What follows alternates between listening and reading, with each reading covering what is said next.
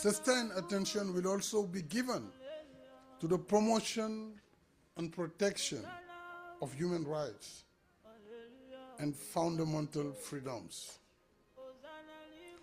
On development issues, the organization must be able to do more and better to promote trade and investment in developing countries, help reduce unsustainable debts in the context where ODA is declining. What I want to say here is the agenda of the development should be also very important as the security issue and human rights.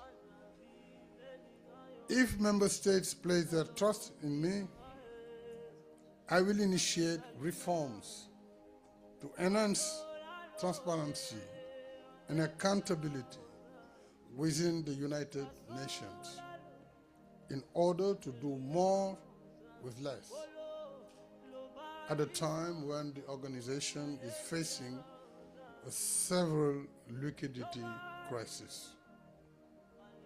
As you know, ladies and gentlemen, the question of security reform, Security Council reform, has been under discussion within the General Assembly for nearly more than 25 years now. I advocate for a consensual reform of the Security Council that strengthens its international legitimacy, its effectiveness, and its moral authority. In the same spirit, we will continue efforts already underway to reform the international financial architecture. Ladies and gentlemen, the relationship between the United Nations and civil society is today a determining factor in the legitimacy and effectiveness of multilateralism.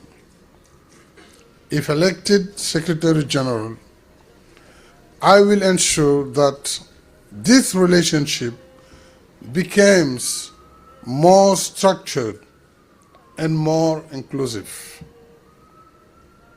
Of course, we will need trust between civil society and the organization, between civil society also and member states. First, I will unequivocally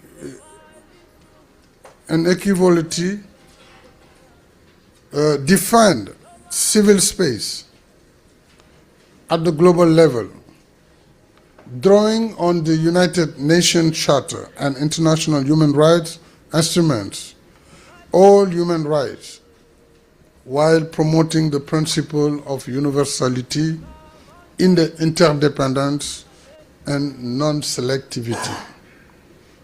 I will pay particular attention to the protection of human rights defenders, strengthening existing mechanisms to that effect.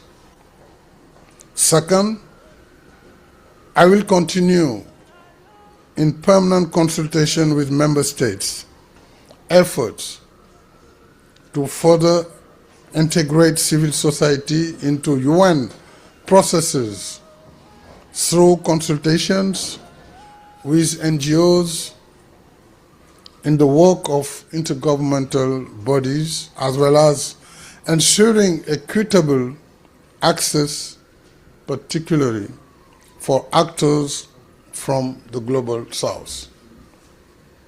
Third, we'll support greater transparency and accountability within the United Nations system. The credibility of the organization also depends on its ability to set an example, particularly in terms of access to information, integrity, and evaluation of its field operations. The UN must remain a house of glass transparent, and open, serving the peoples of the world. We the people. This is how the Charter begins. 4. I will make civil society a central partner in the implementation of the 2030 Agenda and post-2030